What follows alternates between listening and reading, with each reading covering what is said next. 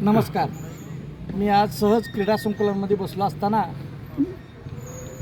नाव काय तुमचं? नाव सांगा. राजपाल भंडे हां. क्रीडा संकुलातला मी रोज फिरणारा माणूस आहे. हां, सहज मी बसला असताना हां. माझे मित्र रत्नाकर आवशेकरांनी एक रेखाटलेलं चित्र मला दाखवलं आणि ते चित्र पाहिल्यानंतर खरोखरच मला आनंद असा वाटला की त्यांच्यामध्ये एवढी मोठी कला आहे की ती कला आज मला कळाली.